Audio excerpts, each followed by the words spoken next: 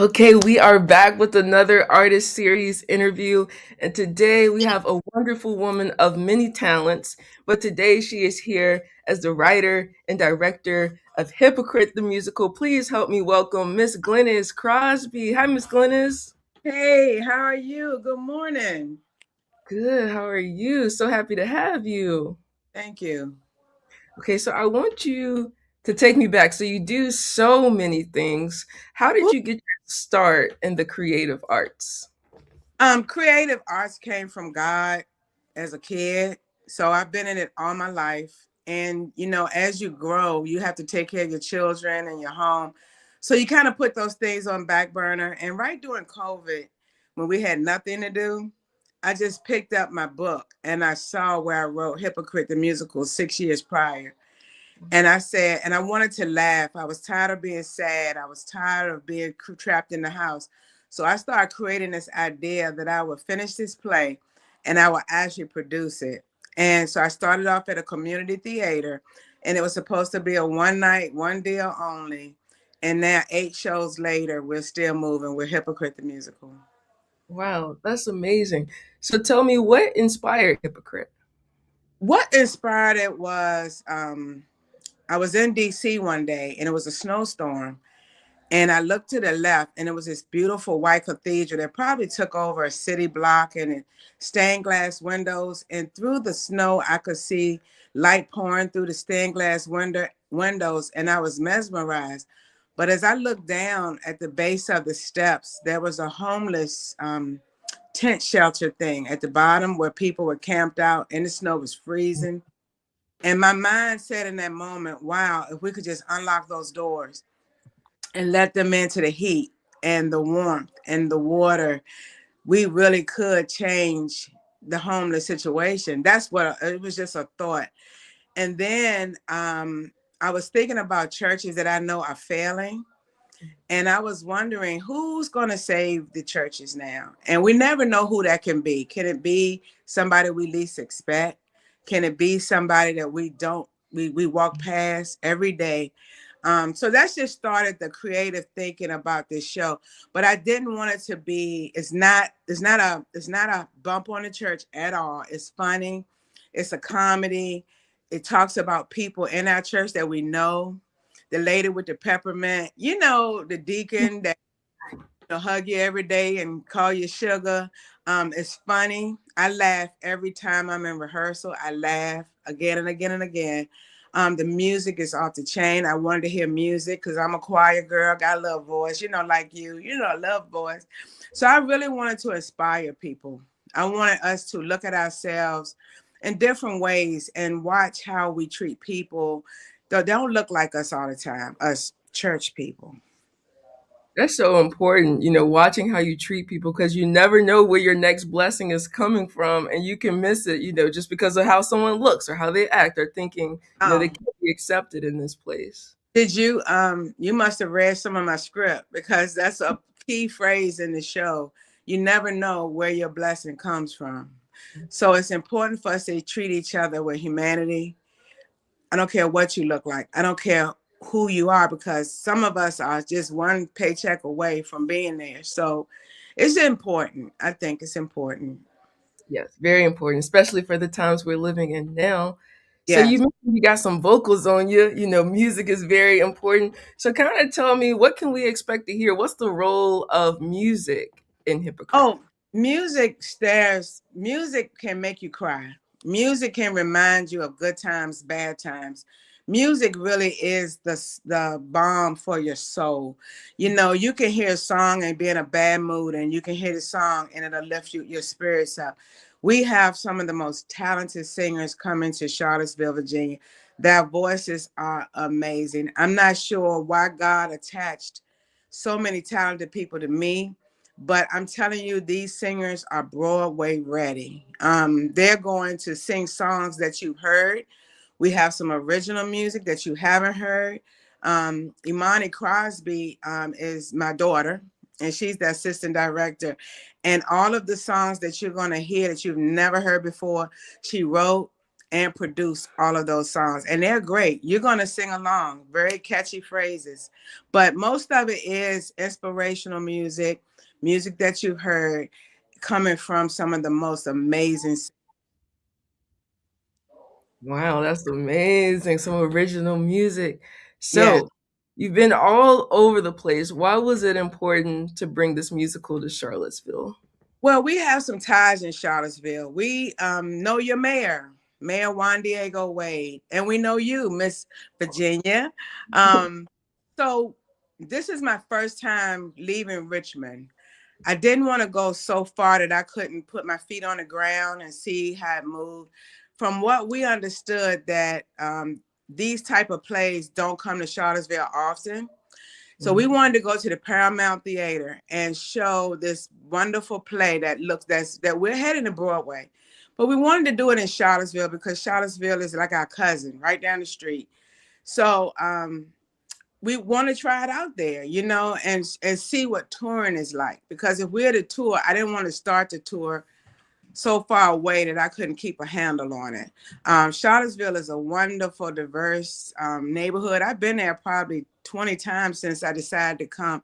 And I see the different pockets of people and the different pockets of, I see the homelessness. I see the different pockets in the city. I went to UVA yesterday and just drove through, so majestic.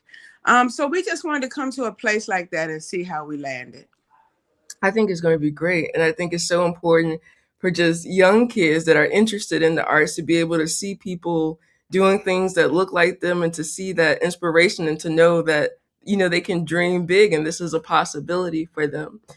Well, So one thing then we have partnered up with the high school in Charlottesville and their performing arts program, and so you will see some of those students that we have partnered up inside of the show as well.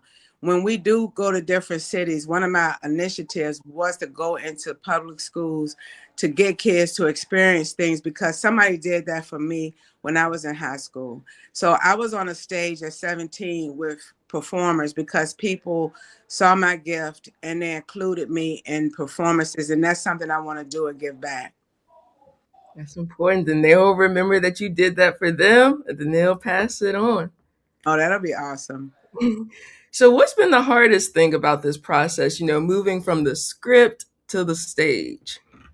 I think the hardest thing is marketing and advertising, letting people know that you have a product, you want people support, it's a good product, because you can't move forward without that support.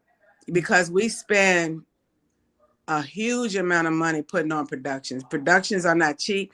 We're an independent production company. So really my family is, we produce it, which means we pay for everything.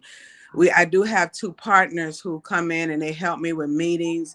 My family has been very supportive, but what we really, really need, we need community support. And just like we came to come into Charlottesville, we would like to pack out that theater to show other people that we could do that. So that's the biggest thing, just attendance. The tickets, we kept the tickets super low so people wouldn't even have to question whether or not they could afford to do so. We really want to put the word out. We really want this to give the word. When God gave me this, he didn't tell me to go make money. He told me to go try to save souls, change thoughts. That was the purpose. So I always go back to the purpose. But if your listeners are listening, please go and buy a ticket. That would really, really mean everything for us to have a great turnout. Yes, go buy your tickets now to be inspired by this wonderful, beautiful message. So, as you've been working with the play, you've seen it many times. Are there any characters that involved in ways that were surprising? Um, yes, Miss Lucy. Miss Lucy is being played by Imani Blair Crosby. Miss Lucy was a secondary character in the show. She wasn't a lead actress, but now Miss Lucy has become a human being. Like, when as an actress, if you could take something on your lines and make this a real person, where people now say, "Where's she? Where's Miss Lucy?" Um, that was surprising. She has become one of the main features in the show. And when we go to rehearsal, I've seen her do it probably 50 times in rehearsals and productions. Every time I crack up, every time I laugh. And she reminds you of somebody you know. She's over the top. If you could think of who her character can be, like a Martin on Martin, and she just keeps you rolling. She keeps you in stitches. Her husband, Mr. Joe, he's right along with her, and they are just the comedy relief in the show. Um, Tanya, this time, who is a lead actress, her voice is transcending. Her voice is anointed in a way that I've never experienced before. As soon as she starts singing, I start crying, and I can't figure out why. I've heard the song, but the way that her voice is and how she delivers it, it's just unreal. Y'all, oh my goodness. It's a young man named Braxton 04. Braxton has been with me every 7 shows. This is his 8th show. Young man. He's a trained actor, but he opens up the show. And when I tell you, when he opens up his mouth, oh, dogs. Hold on. Hold on. I'm sorry. It's okay. We're gonna cut it out. Okay, hold on 1 second. Stop. Go. Go. Get. I'm sorry. Come on It's there. You can head on down. And nobody chasing you. Go ahead. Do what you're going to do. And Nisa, you can head downstairs. I'm in an interview real quick. Okay. Turk, the dog got out. I'm sorry. That was crazy. it's okay. I understand. Okay.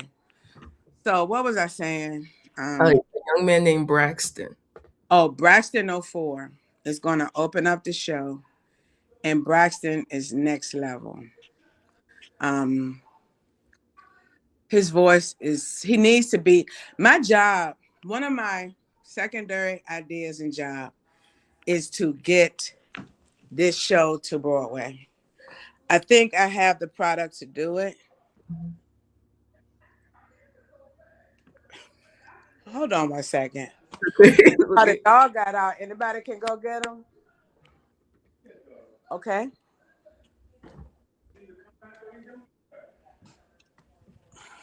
Okay, I'm sorry. So Braxton 04 is I got, let me get myself together. The dog. Okay. Braxton 04 is a Broadway talent. And for him to team up with me in this space has been incredible. Um, Spade. And it's just so many. It's just so many characters that you're going to meet, and you're going to know those characters because you've seen them before. You know them. You've seen Wow, them. that's amazing. It seems like we're in for a treat, a wonderful treat. So we've Yeah. kind of touched on this a little bit. Some of the themes of redemption. Why are those themes so important today? Because without getting too political, I watch women who I know with children who want the best for their children. But when they hear about things going on across the world hurting children, they don't even look up. I think in some ways we've lost our humanity. And I think we're overwhelmed. Not that we're bad people, it's just that we've got into this cocoon of taking care of ourselves. Mhm. That hurts my heart because if I want what's best for mine, I want what's best for yours. When I see homeless people, my thought always wonder, how did you get here? What turn did you take, or what happened that now you have nowhere to live? That's just me. My family gets on me all the time because everywhere we go, I'm stopping because I see them. I see the person. I don't see the drug addict. I see a human being. And in these times, we seem to ignore things that should move you. Have we become so numb that we don't see people, especially children? I love children. In fact, I adopted 3 children because that's my little small part in the world to try to fix a bigger issue. I can't. I'm only one person. I'm not perfect, but that is really something that has touched me because I grew up very impoverished. I grew up in the projects with a single mom and 4 of us. And I watched my mother scrape and scramble just to get us to the best schools, the best books, music, theater. And I watched my community wrap our arms around us and take us to practices when she couldn't do it. You're going to make me cry. I ain't mean to do all of this morning. But, if it wasn't for all of those things, where would I be? Mhm. It was a lot of people who, and most of those people are dead and gone, but they impacted me in such a major way. Major. So I just want to, in life, I've written about 5 more plays, some of them not so heavy, more fun, light. But this one came from my heart and God's mouth. We wrote it at 3 a.m. in the morning. Every morning he would wake me up at 3 a.m. I got up, I wrote, go back to bed, wake back up, and I didn't even remember what I wrote. And every time I would do that, I would read it and be astonished. That's why I know it wasn't me. It was a source that was pouring into my brain. And I just was obedient and got up and wrote it down. And then he just keeps speaking, do this, do that. And I just do what God tells me to do. And it's not for my glory, it's for his. It's for us to soften our hearts. I'm going to tell you, at the last show, I had a client. She came, she's passed away since then. But she told me when she came to the show and she saw what she saw, she was kind of angry when she saw it because my show starts in the parking lot. My show starts, it doesn't start in the show, it starts outside. And when she saw what she saw outside, she was offended. And this woman is a church lady. She loves God, a great person. She helped kids, but she didn't even realize her bias against people who were offended. She was coming to a show, so she didn't want to see that. And after the show, she called me in tears. She was like, Glennis, you have impacted me in a way that I'm changing how I deal with people who I don't know or who I don't look like me. And is it scary? It is, because you never know if you put yourself out there what might happen, right? But we can at least look, we can at least pray, we can at least see them and not just walk past them. That's it. Wow, so many amazing things. What just an amazing honor to be used by God and for him to work through you in these ways. And I also like what you said, community was how we made it. People coming together and taking care of the kids in the community. And if you needed something, you could go to your neighbor, just having, we don't have that anymore, coming together and making things happen. Yeah, well, we are scared of one another now. Through the rhetoric, we don't know who did what, who voted for who. What does that mean? Are you mad with me? I'm not mad with you. And you don't even know how to approach people anymore. I'm going to be honest with you. Even in my neighborhood, I leave people alone because I don't know what my color skin might make them react to. I don't know because I don't know their stances, but that's so sad because no, community is not what it used to be. And hoping that we could turn the table and go in the opposite direction. We only have a short time here on this planet, and our impact and what we leave is critical in times like these on small levels. It's just like if you, as a human, it looks so big, don't tackle the big thing. Tackle one small thing. Tackle one family. Tackle one little girl that might need to get her hair done. Tackle that one little kid that need to go to football practice, but he can't get there. Just tackle one thing. And if we all tackle one thing, we can change the world. It'll make a big difference. Difference, yes. Okay, Miss Glennis, the house has been packed out. People are leaving Hypocrite the musical. What's the one thing that you want them to be saying?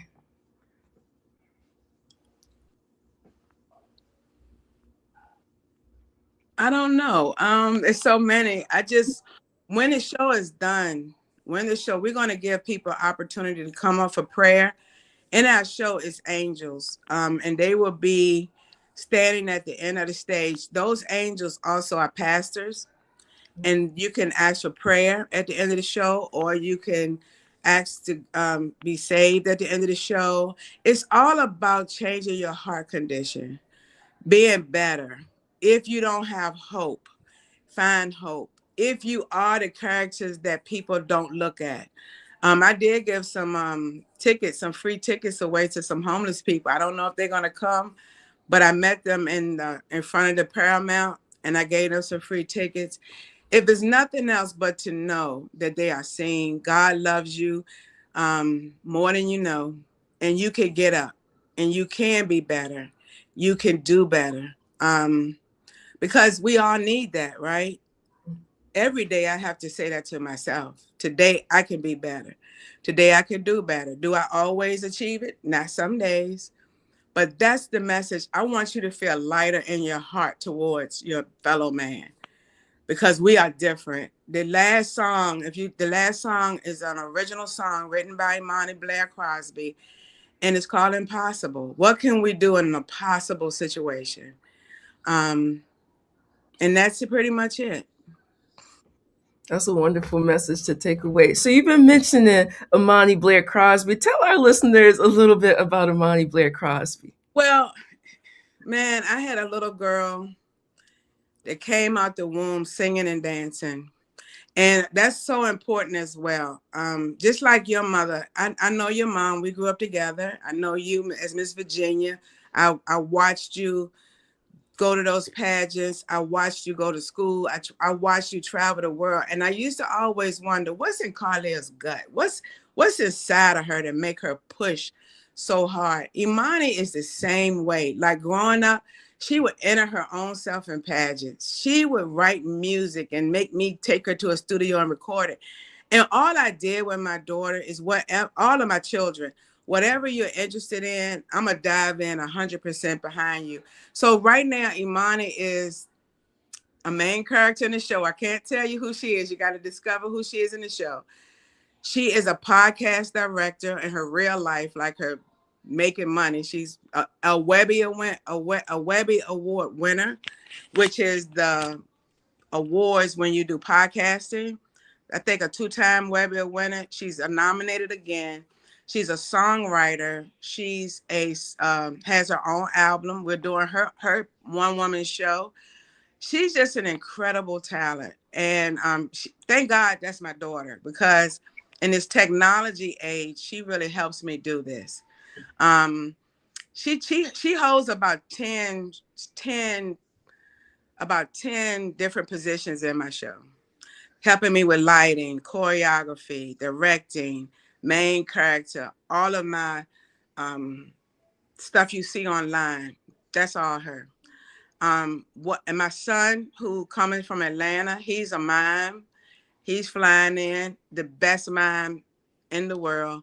I just have a beautiful family, and my husband is in the show. His name is John Crosby. He's a main character that will do help to build the sets, get the vans. I mean, my sister, my everybody, my son. You're gonna see Brandon, who is the baseball player for Chili Peppers. He's gonna be there helping move sets. My two adopted kids are in the show. So I just have my mother is in the show. My mother is 88 years old. She's the costume designer, and she's in the show. It's just in a lifetime, I couldn't have dreamt of this in a lifetime. And not that I put them in the show because they're my family. I put them in my show because they're excellent. And that's kind of crazy. Like, how does that happen to one human being? Wow, that is amazing. An amazing family. And it's going to be amazing. That's exciting. Wow. Yes. Yes. Okay. So, Miss Glennis, I have some rapid fire fun questions Oh for. God. Oh God, not the rapid fire. Okay. What's your favorite thing to splurge on? Food. Okay, food. I like it. Okay, if you could have if you could have one superpower, what would it be? To see beyond what I can see, to see God, to see my angels, to talk to them. Okay, that's a good one. Okay. In Sync or Backstreet Boys? Neither. I don't know nothing about neither one of them. Oh. Okay. Okay, what's your go-to karaoke song? Don't make me close one more door. I don't want to hurt anymore. That one. Love it. A little Whitney. Okay. Okay, and if you could listen to a gospel song right now, what would it be? He saw the best in me. He Okay, we're best in me. Okay, we're gonna play that.